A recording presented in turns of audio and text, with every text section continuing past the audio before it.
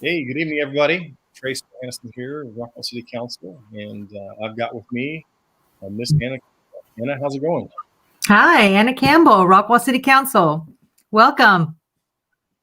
So, what are we doing today? I thought it might be fun for us to online and just kind of introduce you as the newest council member. You kind of took that away from me. I was the new guy until you came on. I'm not new anymore, which is great, but I'm the second newest. So, but Yeah, I'm the newbie. what I thought might be interesting is to kind of just talk with you a little bit and discuss some of what your first term has been like. And secondarily, it provides a nice forum for us to kind of give folks a chance to ask us questions and interact with us and kind of just see us and who we're about. So that's kind of the thought process there. So Okay. anyhow, with that being said, let's launch right into it. So who is the new person on council? Who is Anna Campbell? Well, for those of you that do not know, I've lived in Rockwall. I've been a Rockwall resident for over 31 years. I raised my family here. I have two boys, both born and raised in Rockwall, attended Rockwall ISD schools. And while I was raising my family, I started becoming very involved in service and serving the community. I've just been blessed with having a service heart. I just feel a need to make sure that I'm out there serving the community. So I worked with the wives of Rockwall PD. I worked with them on supporting our officers when I was a young mom when I started doing that. And worked with a lot of the youth sports organizations and PTA and the athletic programs. So I've been involved in quite a while, raised my family. And once my youngest graduated, started becoming more involved in a little bit more involved in our community. So currently I am a member and on the board of Rockwall Women's League. I'm on the ball board for Rockwall Women's League. I am a member and on the board of the Rockwall Noon Rotary.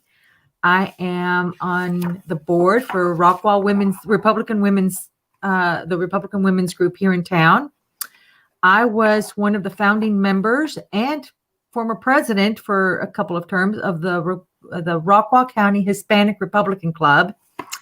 So just been involved in a lot of different things in Rockwall. And here is an opportunity for me to about a year ago, there was an opportunity for me to step in and now help serve through city council.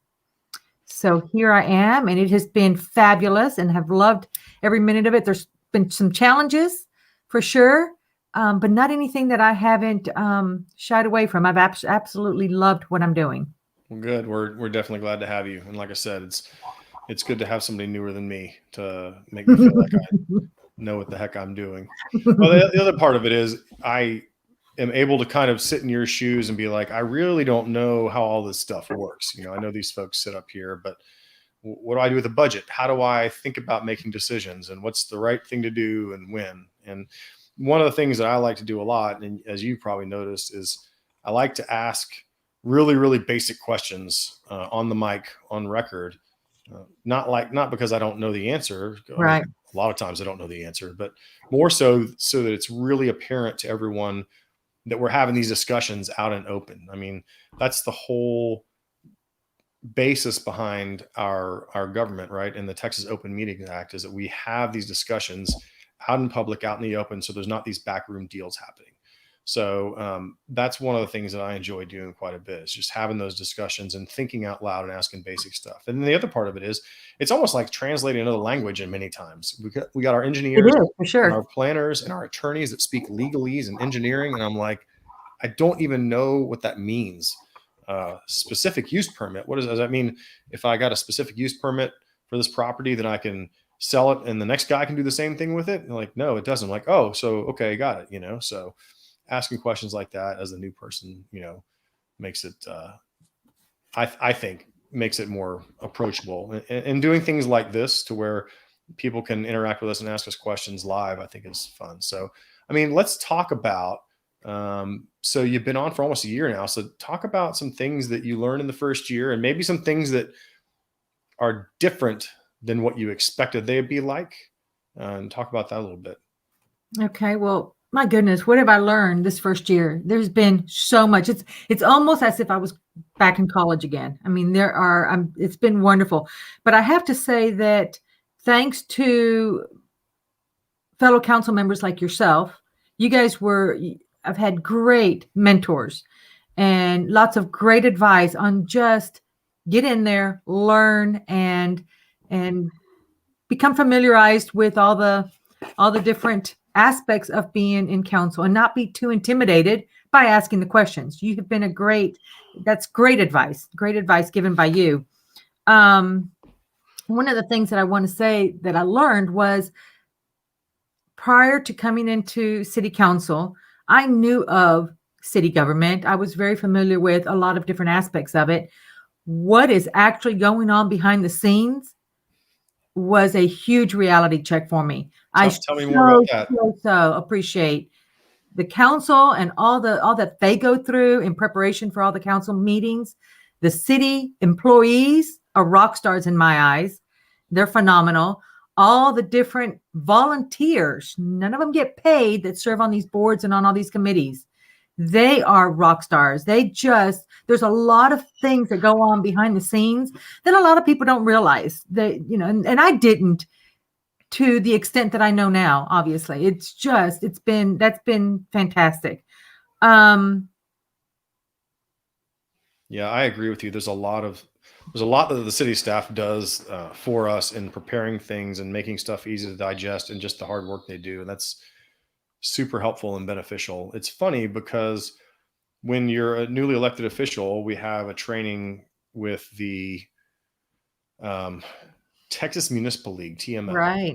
And you go to the training. And so you're like we went to San Antonio a couple years ago, and you're in a big hotel conference room with, like, I don't know, 100 or 200 other newly elected officials. And the things that they ask of the attorneys or the speakers, or the horror stories they have from small town Texas about mayors locking council members out of city halls. And you think, gosh, this is like Rockwall Appreciation Day, because we have it so great in the city compared to other cities that it sounds kind of funny. So for sure. And I think a lot of our residents may not know the amount of time and research and work that goes into making the decisions that are being made at council. There's just a lot of background work that goes into it. City council members, we receive a huge packet every other week that requires a lot of time, a lot of studying, especially as a newbie, learning all the acronyms and all the different terminology was it was a pretty big deal for me. But what a great learning experience it was. I think has been my biggest takeaway is there is so much that goes on behind the scenes, and the wonderful people that we have working in our city and for our community, for our citizens, that people just do not really realize until you get in and are part of it. No, that's a really good point. And you're right. We get these packets that could be a couple of 100 pages, like 500 pages. Now, of course, they're PDFs, and we have iPads, so we don't have to load around a giant binder. But you have to look through that before Monday evening and kind of be familiar and highlight the areas you're going to ask about or questions you have for people. So there's a little prep work. Well, it looks like since we've been chit-chatting, Anna, the fan club has shown up for Sir. Yay! Hey, Jessica. And why don't we, jump to a live comment here from Karis Ford. So what motivated you to run? What is your platform and specific goals you want to accomplish as a council member? Which is an interesting question since you're currently a council member, but I'll let you kind of add your flavor to it.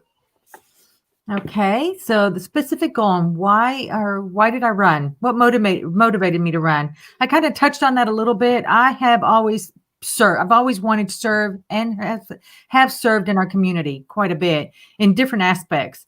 I have a heart for helping people and helping people along their journey, whatever that journey may be.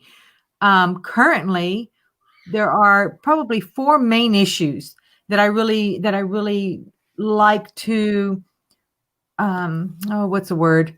Really focus on and really make sure that we concentrate on, I'll put in my part to make sure that we concentrate on these issues. And the first one is just fiscal responsibility and transparency. Just making sure that we are doing the right thing by our taxpayers' money. And that is not that, well, let me take it back. We have a wonderful city staff that makes sure that they provide us with the right information. They work very hard at providing us with a balanced budget and surpluses at times. However, during council, we are often faced with decisions that may affect the budget. And that's been challenging to kind of make sure that we are being transparent in how we are spending the taxpayers' money. So that has been actually fun. And that is at the top of my list of some of the things that I want to make sure we stay focused on always. That has to always be everybody else's top of their platform or top of their items of discussion. The second thing, and this is something that's I've been a part of, I've actively been involved in law enforcement for decades through supporting our local police and local fire. And we are blessed to have a fantastic police department and fire department here locally. And so I would like to continue to support both of their efforts, support the officers that are out in the street. I cannot say enough wonderful things about those guys that are out there making sure that our citizens are kept safe. That's huge to me. Let's see. Looking at, we're very lucky and very blessed to live in a beautiful community that has wonderful parks and trails and access to outdoor entertainment. And so I would like to continue to be part of the growth in that and the maintenance of that and advertise it. Let people know all the wonderful things that we have in our community that they can take advantage of. And so those are, and one more thing, sorry. I'm a huge history nut. I love history, all sorts of history. And we have fabulous history right here in our own Rockwall. So I would love to be part of educating, enlightening, celebrating the history, and not only past, but current citizens that are helping grow our community even more today. So that's a really, really big part of what I'd like to be part of should I be elected again. I appreciate that. It's interesting. When I think about, I was asked similar questions before, and usually it's kind of what do you want to do? What do you want to accomplish? And I'm like, like the things you mentioned, we have a pretty good thing going here. Yeah, so we do. Probably the best thing I can do is not screw it up, right? So do my best to not upset the apple cart, continue following our comprehensive plan, and just keep trying to do the right things and try not to make mistakes that, this is an interesting one. Other cities have made short-term decisions or financially based decisions that have ended up with 20 to 30 year hindsight, not to have been great decisions. What do I mean by that? Right. Probably a really heavy focus on cramming as many houses into a small spot as possible, or not sticking with their comprehensive plan. So you spend all this time and effort building out a comprehensive plan. And what is a comprehensive plan? Let's talk about that for a second. So in Rockwall, we have the new 2040 comprehensive plan. We had a committee of citizen volunteers along with the city planners that spent about 18 months of meetings refreshing the old 2020 plan. And what it is it's like a landscape of what the city looks like. And it's got divided into areas or zones or districts and describe what those each look like. So for example, the I-30 corridor might be a retail district, and I'm probably not using the right term, but it's not that important. The far north side of the city is single family estates, like it's zoned for low density housing. So there's a lot of homes up there on larger pieces of property. And so there's different kinds of zoning. So when you think about the time and effort and the thoughtfulness that goes into building a comprehensive plan. And again, this is what we, the citizens, want the city to be shaped like and to look like going forward for the next 20 years. Probably it doesn't make a lot of sense to deviate from that plan unless you have a really good reason to, because a lot of time and effort went into it. So where other cities have gone poorly, probably would be deviating from that plan. So that's something that I learned early. So, but for me, just sticking with that plan and using that as kind of our guide, our guidepost seems to be pretty helpful. So, let's see here. We got here more fan club from Mr. Peter Flores. Hey, Peter. History is absolutely important. Let's jump to, so we talked about what you learned in the first year, and I didn't think you touched on a few things, but what to kind of highlight, what's been the most challenging for you in the last year? It's been a very challenging year.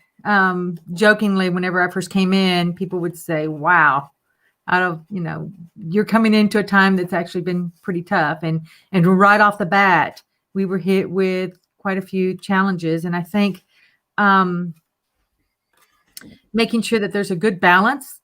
Most challenging thing has been making sure that there's a good balance between our government regulations and policies and things that we have to abide by, comprehensive plans that are set forth already there for us, that a lot of hard work and smart people took time to put together, and making sure we balance that with the importance of having individual responsibility and making sure that people have the freedom to be able to take care of things on their own, and giving them the freedom to do that. Not taking away their freedoms. Let me put it that way. We've been challenged with that quite a bit. There's been a lot of that going on, and making sure that we allow our citizens to make the best choices that are best for them, while keeping in mind the safety and the benefits of others as well.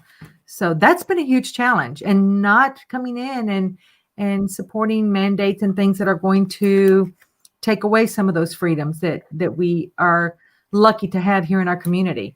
And I'll tell you what, Rockwall has done in this past year, this challenging year, we've been able to do pretty good. We're surviving. We're doing well. Our businesses, for the most part, are doing well. So I think Rockwall should be looked at as a place that has been able to survive well in these hard times. No, I'm with you on that one. And it's not perfect. We're not perfect, but yes, we should be looked at as a good model to follow. I think that's a fair point. Thinking about what you mentioned as far as now there's kind of balancing the government and individual freedoms, and where that comes up a lot on city council has to do with maybe construction issues, or recently there was a state mandate that came down from the last legislature that says that cities are not allowed to mandate building materials. That's okay. That sounds interesting and innocuous. But what does that mean? That means that if we have decided that a certain neighborhood or HOA or zone has to have certain kinds of masonry requirements because we're looking for kind of uniformity by neighborhood, those regulations are no longer enforceable because they've been superseded by a state law. I think that there might have been some positive intent behind that somewhere up the line. On the flip side, taking that away means that really there could be an existing neighborhood where somebody could buy a house and tear a house down and put up a trailer, right, or a modular home there. Right. That's what happens then. Well, now we find ourselves trying to figure out a way to protect the neighbors in the neighborhood who don't want something like that, but also balancing private property ownership and rights. Ownership, correct. So it's an interesting balancing act. So then we have a dynamic wherein many homes that are being built in an existing neighborhood have to come before council and have to kind of pass some standards saying, hey, does this look and feel a lot like the other homes in the neighborhood? Is it going to fit in, or is it going to stick out like a sore thumb? So it's an interesting dynamic we have to walk. I don't like the idea of telling people what they can and can't do with their land, but at the same time, we do have these kind of regulations in place. Right. It is a fine line. It's a tough thing to balance at times. That's been pretty challenging for me. So Jacob wants to know what we wish we had as a city would have done differently in 2020. In retrospect, I'll put a spin on that. I won't answer this as a city, but as myself. I am a very pragmatic person. What I mean by that is I will let data override my gut feelings or my emotions, like the vast majority of the time. If I have an inkling about something, I'll go and validate that. I'm a very data-driven and practical person.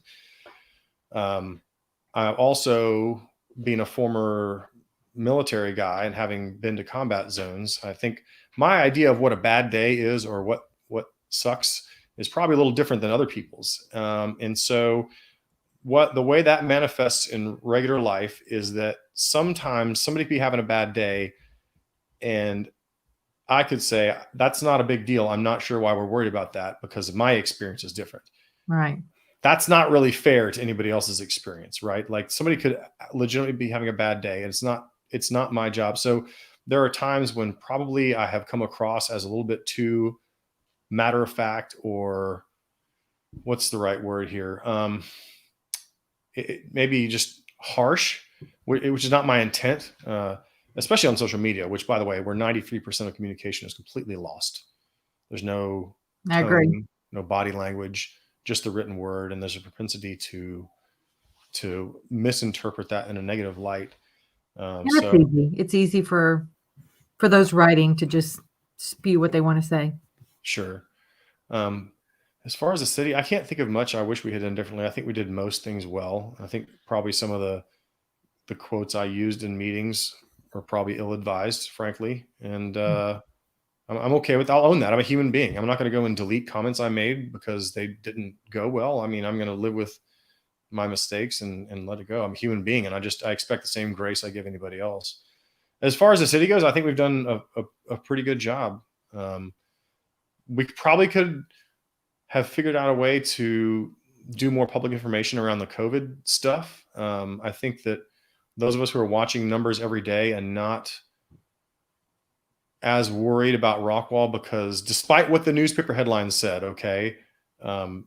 it wasn't terrible. It wasn't getting as bad here locally. We probably could have done a better job of periodic, more public announcements about why you shouldn't worry despite these headlines. So I think if we were, and I'll take full credit for that because I'm probably one of the ones that's closest to any of the COVID stuff, being on the COVID task force and being the data guy that I am and consulting all of these graphs just about every day since last March. I'll probably own that piece of it. If there was something I do differently, I would probably have us have more honest, regular, open communications with the citizens about why they shouldn't worry or how much they should worry versus what the headlines say. So that's kind of where. And that's wonderful. That's perfect because we have a lot of, I'm in education and I'm in the classroom and I'm seeing a lot of very negative effects that are coming from our students, the fear, staying home, not receiving the education that they should be receiving. I'm sorry, but you cannot receive the same type of instruction and level of education that you would receive sitting in the classroom from a computer at home. And we're talking about kids. So once they're behind that screen, they're going to do the minimal amount of work. Not all of them. A lot of them will. They'll do whatever assignments need to be turned in. And all the background work that goes into building all that up is not done. There's a lot of fear that went into families from the media, with the kids. A lot of them received a lot of, were scared to come back out. And once we're in the school infection is becoming infected from being in the schools is very, very low. It's outside social gatherings and other things that are causing, that cause more infection than within the schools. Yeah. And I'm just coming from the point of view of an educator. I think we should have immediately taken, precautions but stopping our kids from coming into the school is just, I think, has really hurt our community. And that's not a slight towards the ISD, our district, because I think that they've done a great job not knowing, being hit with this and not knowing what to do. I think they've done a fantastic job. Yeah. But just like you said earlier, we're all human and we all make mistakes. And could we have done retrospectively, gone back and done things a little bit better? Of course, there's always that learning curve. We don't know what we're doing until we're in the middle of it. And could we learn from that? Of course we can. Yeah, I'm with you. And hindsight's 2020. Absolutely. I'm with you. Since day one, I've had deep concerns for the long-term problems that we are creating today at the expense of, call it safety or the unknown disease, right? And education is a thing. I think we're going to see the longer-term effects of education. We've already started seeing depression rates. Absolutely. Like that's not suicide. News. Yeah, absolutely. It's not. But I think it's good. And our friend Jacob just commented again, and we agree, and echoes what you just said, Anna, that our ISD is doing a phenomenal job compared to other districts. That's true. And absolutely, I agree. Thank you, Jacob. That's excellent. Continue to make smart, and data-driven decisions. Man, there is just more Anna fan club coming in there. And while we're on Tiffany Miller, she has a question here. This is a good one. Anna, do you want to take this, or do you want me to go first, or what do you think? What do you foresee being the biggest issue for Rockwall in the next 5 years? I think, in my opinion, and just with the experience that I've had in the past year, seeing the growth and making sure that we're smart about it. We're smart about how we're handling our growth in the city. It's, traffic is a big deal. And making sure that we are making smart decisions that help alleviate some of the issues that we are currently seeing as we grow, because we're growing fast. We're growing very fast. Subdivisions, developments are going up all over the place. And so how are we going to handle that? That's going to be a big challenge for the next few years. What do you think? I think it's the same thing. It's been a fairly consistent theme, and it has been the population growth out here. It's been very significant. It's going to continue, and just how well we manage it. Absolutely. It's interesting. You talk about making smart decisions, and this is something that we try and do in council all the time. There's the anecdotal feeling I have driving north on Goliad, at 5 p.m. on a weekday, and then how many times I have to wait at a stoplight at 205 in Lakeshore. And then there are actual traffic counts. So we try to take a very pragmatic process to these things. And if it seems like the traffic builds up heavy 2 times a day, that's a thing. If it seems like there's a traffic jam all day long, that's a whole different other thing. We at least try to be thoughtful about that. And I guess speaking of North Goliad, can we have a parade when the traffic mess on North Goliad is fixed? To be a great celebration. Celebration. That's right. I think yes to the parade. I'm a huge fan of having a parade in downtown. If anybody wants to know why none of our parades ever go through downtown, or why you can't close Goliad, it's because Goliad is a state highway, State Highway 205. John King will be the state highway bypass once improvements are made and the state takes it over. Then, so why that matters? Number one, you can't close down state highways without approval from the state. Number two, big trucks, insurance companies, and I'm trying to remember this here. I do have a commercial driver's license. Big trucks, insurance companies typically require that the trucks stay on like state highways to the best that they can. So they have to go on 205. So the fact that big trucks drive through our downtown seems a bit ridiculous to me. And we can't close a street off to have a downtown thing. But once we switch over to John King, we'll be able to do that. So I like that. I'm a huge proponent of that. We need to, once we're able to do that, the fun things that we can do in the downtown area, close it off, make it more pedestrian friendly. Oh, all for that, for sure. Love it, Peter. Great idea. Here is a question about the school district. How are we providing support for students at home? Anna, you probably have a better view into this than I do. Yeah, it's been, there's been a lot that we have done since last spring when this first started. And again, we are, this is not a slight to the ISD. We were thrown into this just like everyone else in the world. And we tried to develop a plan that worked best. Currently, what we're doing is we are actually back to our full AB day model, instructional model. And so we have kids coming in. We are at about, I believe, now those of you that are in the district, you might want to correct me, but I believe we're at 50% at Rockwall High School of students that are back in the classroom, which is great. I am loving being able to teach again in person. What we're doing for the kiddos at home, I strongly encourage, and so do all the other teachers, that they actually go on live with the other educators, with their teachers, and receive the instruction at home. We have a program called Canvas that we post all of our assignments, all the work, all tests, quizzes, everything is done through there at the high school level.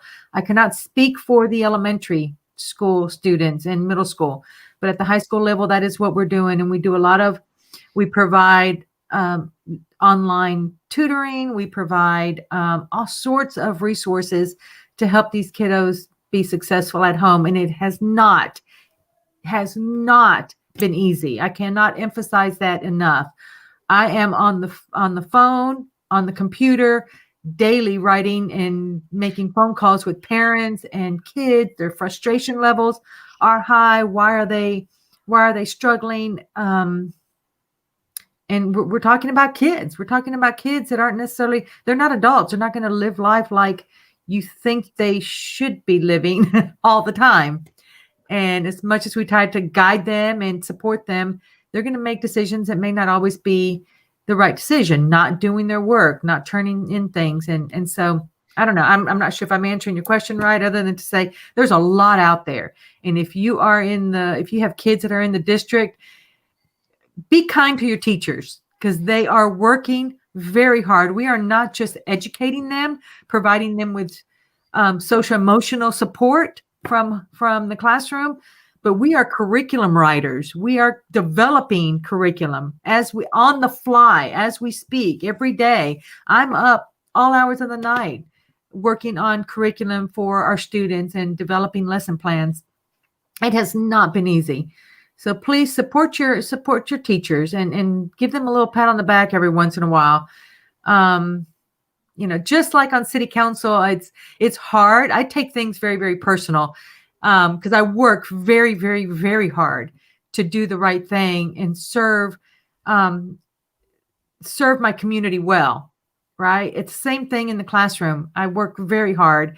And when parents are frustrated and when our residents are frustrated because they're not liking one thing or another, it's hard. It's hard to take that criticism when in the background, just like I mentioned earlier in our little conversation, the work that goes on behind the scenes is ridiculous. I wish people could sit in my classroom and see what actually goes on. I wish people could sit when I'm looking through this packet of information that we receive every other week for city council and see how much work goes, the pre-work that our city employees and our boards and advisory committees all put to make that packet that comes to us for us to be able to make decisions.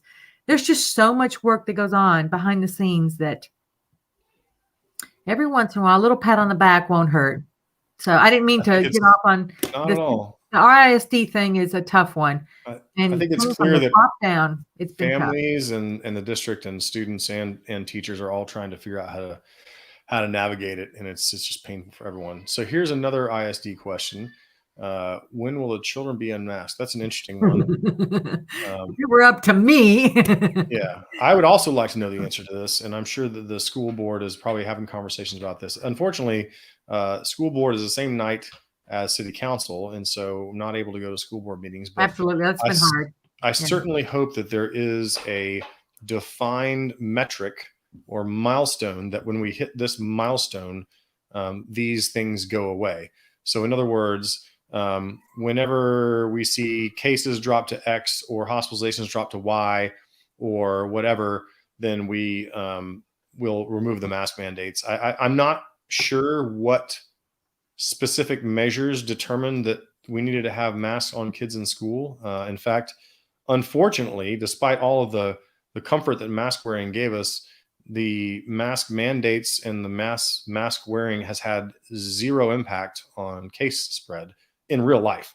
Yes, in the laboratory and in theory, yes, masks can minimize the spread, but in real life and in practice, in every single state in the United States, it has made about zero difference. And I have dozens and dozens of graphs that show it. They have remarkably, for 50 different states, we have remarkably almost the exact same curve. And you got 50 states with 50 different sets of regulations and timelines about when they happen. They all follow kind of the same curve.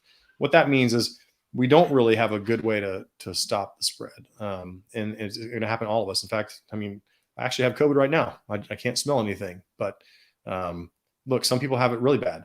I'm lucky because I'm healthy and I work out and use vitamins and all that good stuff. But I too would like to know what success looks like. I mean, call it the consultant in me, but with every, regulation or decision, there ought to be success criteria. Like we're done when we get to X. Like in football, when you cross the goal line, you've accomplished, check.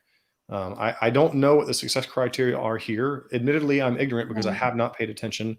I'm just hoping that there are success criteria that exist in the school district for when they say, when we get to this point, these regulations start going away. Or when we get to these points, we'll start rolling back these regulations. I can't fathom the idea of children sitting 6 feet apart with barricades at lunch. And I'd like to know exactly which scientific basis we're using, because life is really a set of risk assessments. I mean, you and I, when we get in our car with our children, are making a risk assessment. I mean, what is it? 3,000 people die a day in cars. Like walking out and participating in the driving around is risky. Going out during flu season before COVID was risky. I mean, there are just things that life is risk, and we can't have ultimate safety. And to think that that's the case is not the way it is. So right. The bottom line is I hope there are success criteria, and I hope they're well defined. I will be looking for those very soon. And well, I do know that they are looking. There's a lot of conversation going on. How's that going to look? We're in the spring now. Are we going to reach that point that we'd feel comfortable not wearing masks this spring? Probably not. I do not see masks going away this spring or this, the rest of this school year. How's it going to look in the fall when we all go back to school? I know that is being heavily discussed right now. Sure. So I don't know. We'll just have to wait and see. That was a good question. Follow-up question from Olivia. So is there an unmeasurable goalpost? What are we doing to remove the measures? So that's a good question. So the school district is a different entity, right, than the city government. Right. So there's an interesting dynamic there. What I would be doing if I were not on city council on the third Monday or the third Mondays of the month is coming in and having these discussions with the school board. But I would like to know, again, what the success criteria or the measures are and how they're defined. So now that we're starting to, I feel like turn the corner. I say I feel, it's a terrible expression, but based on the vaccination rolling out and the hospitalization rolling averages and the rates, it seems like that we probably have hit the peak. Although again, we're always looking in the rear view. It's probably time to start examining those. But I'm with you, Anna. I mean, it's probably, here we are almost to February. So to expect that we'd have stuff done by the end of this school year is probably unrealistic. But even if we did, Trace, I have a feeling that there's still enough fear out there in the community. Yeah. And, within our parents and our students, I don't know. I think our students are tired of it. Yeah. This is, I fight it every day, put your mask back over your nose, stop pulling your mask down. They're tired of it, just like everyone else. But I think that if within the next few weeks, we came out and said, things are looking great, let's go ahead and start talking about this. There's still enough concern and fear out there in our community where the public would fight that a little bit. That's just my opinion. No, I think you're probably spot on. All right, quick next question, back to the basics. So you may have touched on this, but just real, high level, what do you like most about serving on council? I'm a lifelong learner. I love learning. I love and I love educating. And being on the council has helped me do a little bit of both. Do a lot of the learning part right now, especially at the beginning. There was a lot of learning that needed to be done. But I love that aspect of it. Love serving with the people I serve. And this is not because I'm here talking to you, but I'm telling you, those of you that are out there that do not know our current council members, get to know them, shake their hand, because they are some good people. Yeah, Superb people. even me sometimes. Even Trace, that's right, even Trace. And I, so it's been a pleasure working on the council, learning. One of the things that I love helping people, and having a little phone call or having a little lady come up to me that's doesn't speak English and cannot and doesn't understand why her water bill is the way it is and just needs a little bit of help. And I can simple things like going in and helping her make a little bit of making some phone calls and helping her out a little bit. It's just wonderful. From that all the way to helping bring in new.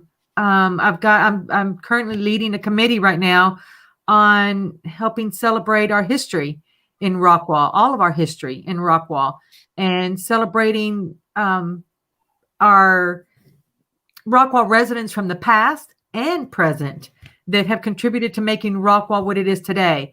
That's huge to me. And no, it's not planning and zoning, and it's not building codes and all this wonderful stuff that we get to deal with.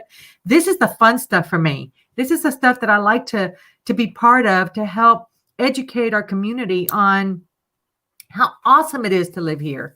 You know, I deal with high school seniors all the time that say, "Oh, when I graduate, I'm never coming back to Rockwall again." And then a couple years later, they're right back in Rockwall, loving our community because they realize that it's a pretty awesome place to be.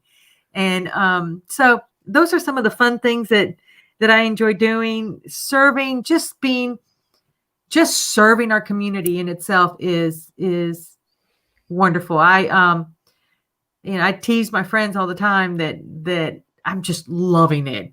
I'm tired. I am exhausted. My brain is in overload, but I'm loving serving our community. That's great. I share the same sentiment too. I mean, all of us on council serve in many capacities in town, right? It's absolutely volunteer, charity, all that good stuff.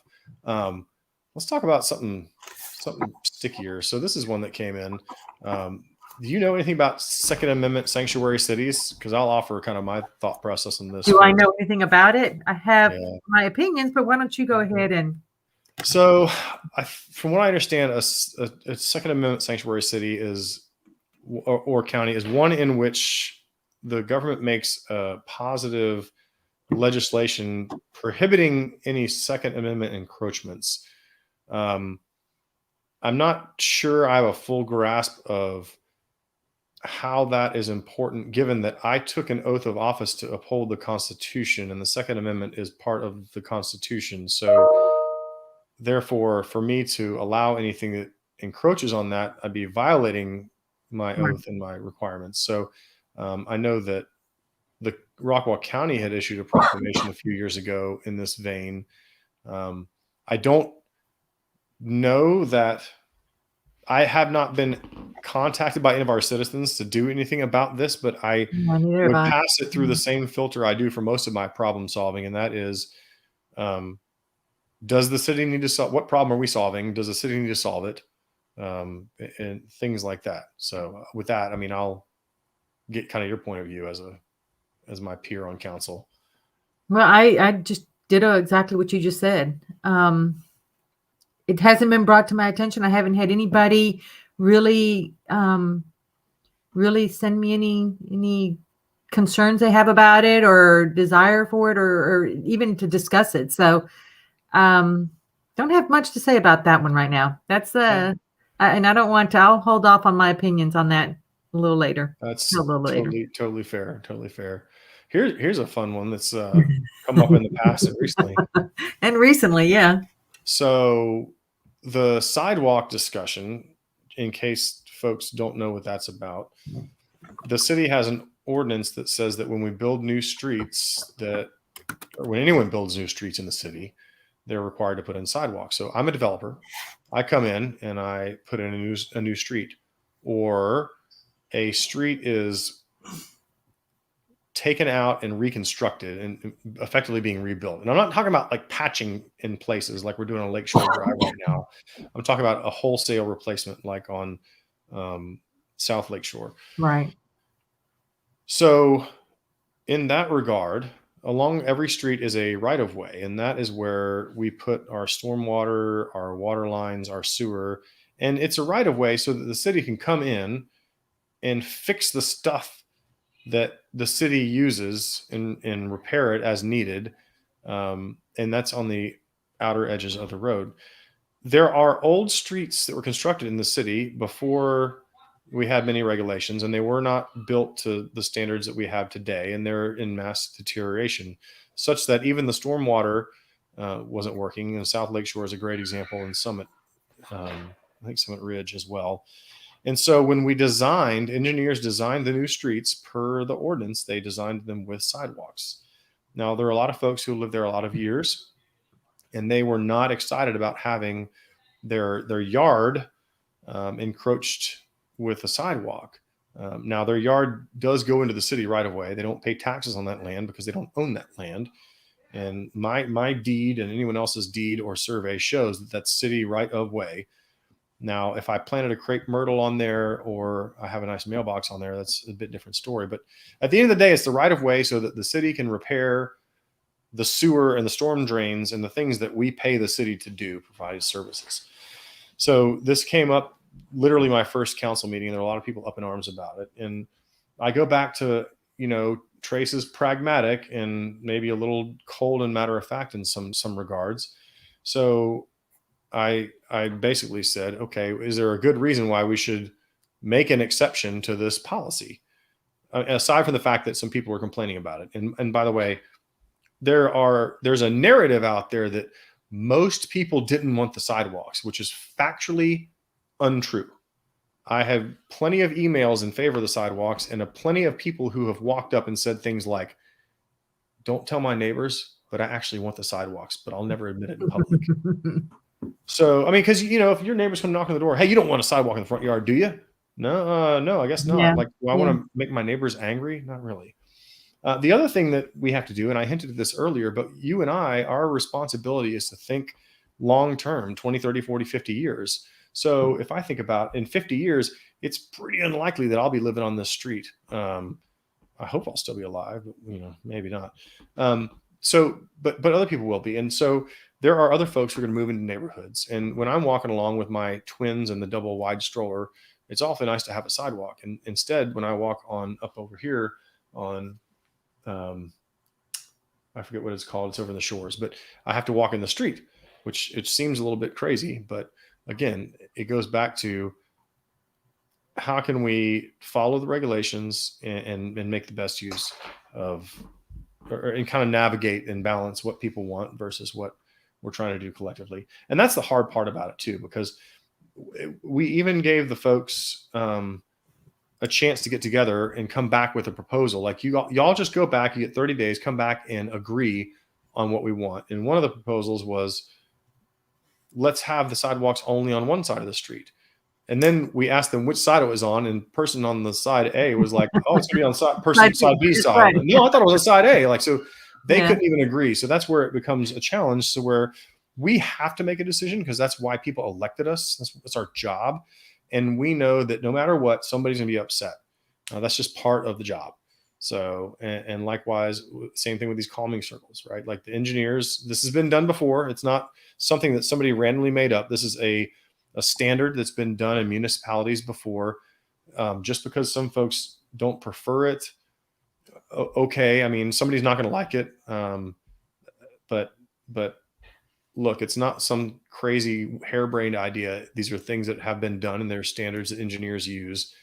And I thought most folks knew how to navigate around a roundabout, but I'm learning No, it quickly looks on like social media that it's we a need to be challenge. educating on that too. Yeah, it seems like, because there's some confusion going on there. Well, let me ask you a question, Trace. Since let me ask you a question. Sure. Lots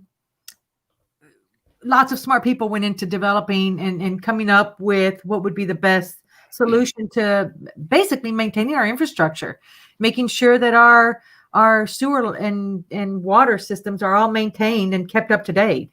Once those things go down, correct me if I'm wrong, but there's going to be a lot of tearing down sidewalks and cutting down trees to repair old sewer lines and water lines that just didn't get taken care of. So I wasn't around when all the talk first started, and this has been going on for quite a while now.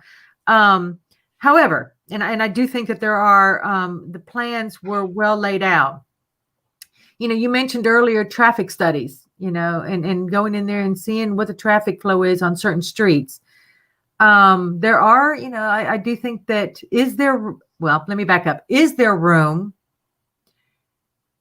to have to come in and say, you know what, this worked really, really well here, and this makes sense here. Perhaps after doing a traffic study or seeing the traffic flow within certain streets, perhaps not in this area.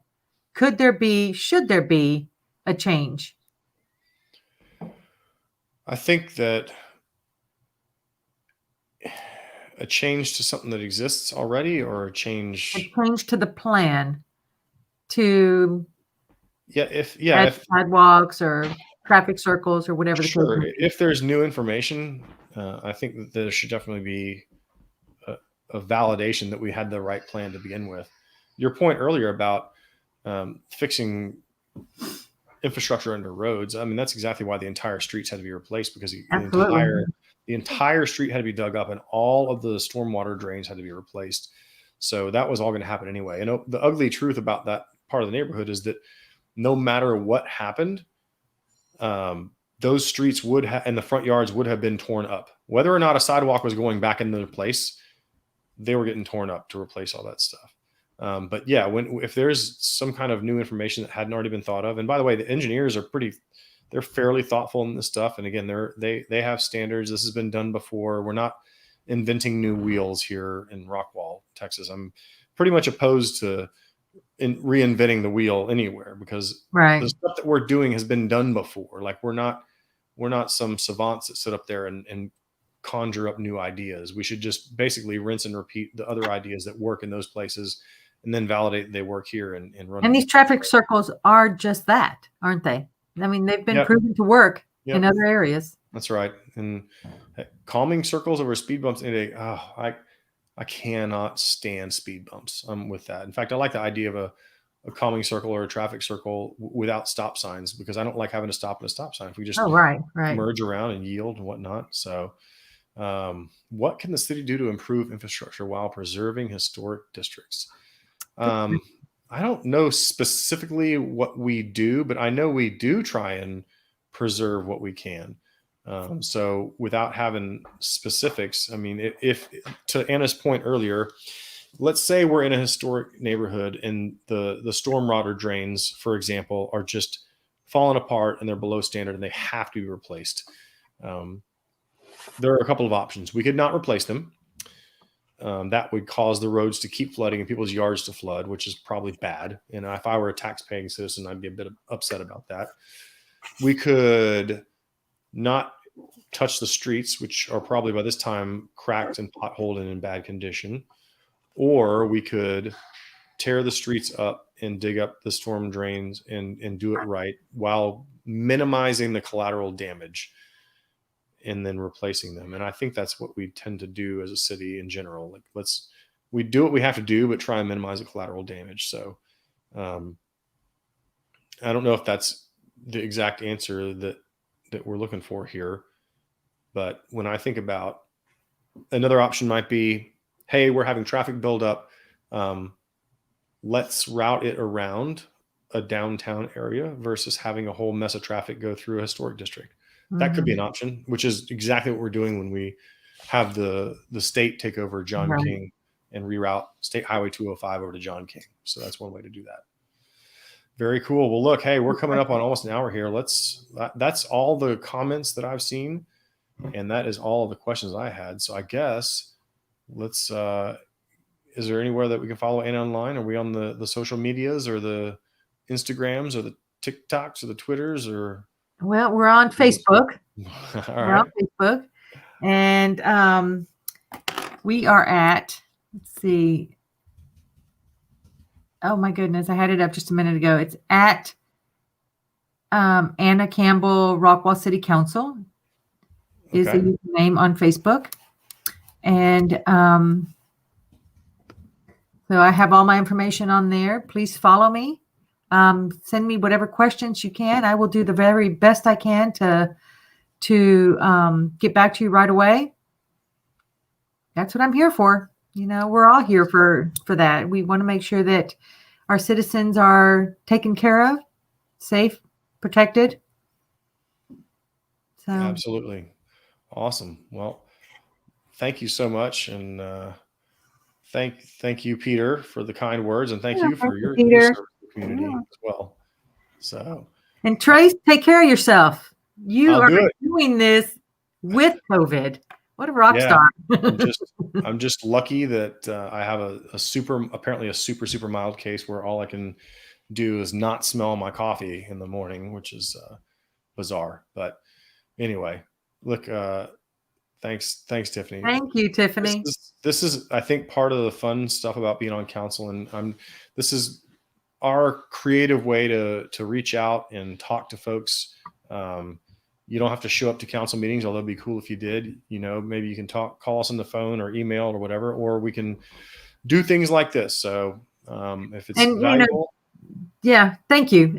Thank you for saying that. And I am brand new at this whole Facebook Live thing and these live streams.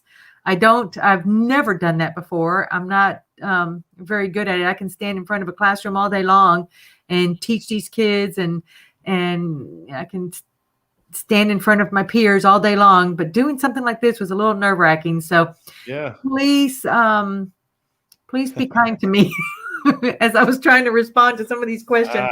I can get pretty passionate on some of the things that the things that I'm learning, and I will get there. And I'm not afraid to fight the fight.